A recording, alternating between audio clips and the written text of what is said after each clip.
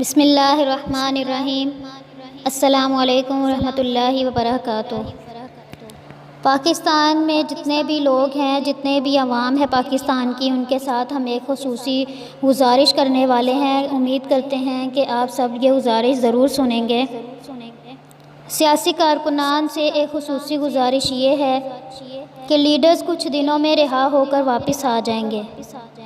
اب پسیں گے غریب کارکن، رول جائیں گے ان کی فیملیز اور ان کے بوڑھے والدین، جو کہ پیچھے سے ان کے بہت پریشان ہوتے ہیں، دعائیں کرتے ہیں، کبھی ایک کیس تو کبھی دوسرا کیس۔ کئی بیچارے جو پروٹیسٹ کے لیے جاتے ہیں اور پھر دوبارہ واپس نہیں آتے، جان کی بازی ہار دیتے ہیں اور اپنے والدین کو روتا ہوا چھوڑ کر چلے جاتے ہیں۔ خدا کے لیے سیاسی احتجاج اور سیاسی اختلافات میں آپے سے باہر نہ ہوا کریں، ایک حد میں رہ کر ہوش و حواس برقرار رکھا کریں۔ جذباتی ماحول میں خیر اور تحمل کی بات کرنے والا بھی بے وقوف ہی لگتا ہے، لیکن اصل عقل مندی یہی ہے کہ جذبات کی رو میں بہہ کر اپنی فیملی کا اور اپنے ملک کا نقصان نہ کریں۔ جذباتیت نے پہلے کب فائدہ دیا ہے جو اب دے گی، لہٰذا مسائل ایسے حل نہیں ہوتے، قومیں ایسے عروج نہیں پاتی۔ جذباتیت کا فائدہ ہمیشہ دشمن قوتیں ہی اٹھاتی ہیں۔ ملک میں امن اللہ کی بڑی نعمت ہے، انبیاء نے اس کی دعا مانگی ہے، اس کی قدر کریں۔ نعمت کی ناشکری پر اللہ تعالیٰ نعمت چھین لیتے ہیں۔ اللہ تعالیٰ ناشکری کرنے والوں سے ناراض ہو جاتے ہیں۔ اللہ تعالیٰ کو ناراض نہ کریں اور اپنے اپنے مسائل کا حل آپ خود تلاش کریں۔ سیاسی شعور یہی ہے کہ صحیح اور غلط کی پہچان ہو۔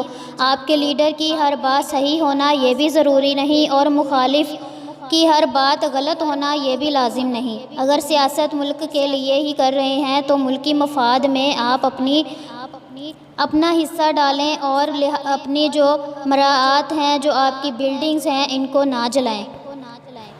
ہر مثبت کام کو سپورٹ اور ہر منفی کام کی حوصلہ شکنی کریں۔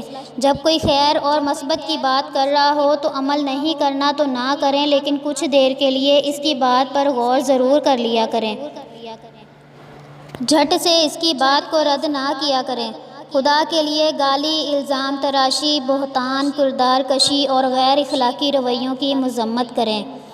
آسان الفاظ میں یوں کہہ سکتے ہیں کہ ہر کام میں یہ دیکھیں کہ ہمارا دین ہمیں اس اقدام کی اجازت دیتا ہے یا نہیں۔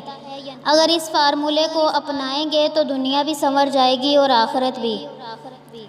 اللہ تعالیٰ کی ناراضگی بھی نہیں ہوگی، اور اللہ تعالیٰ سے آپ دعا بھی کریں کہ اللہ تعالیٰ ملک پاکستان کو اور پاکستان کے لوگوں کو سب کو اپنے حفظ و امان میں رکھے۔ اللہ تعالیٰ ہمارے سیاستدانوں کو بھی شعور عطا فرمائے، اور اللہ تعالیٰ ملک پاکستان کی اور ملک پاکستان کے تمام اثاثوں کی حفاظت فرمائے۔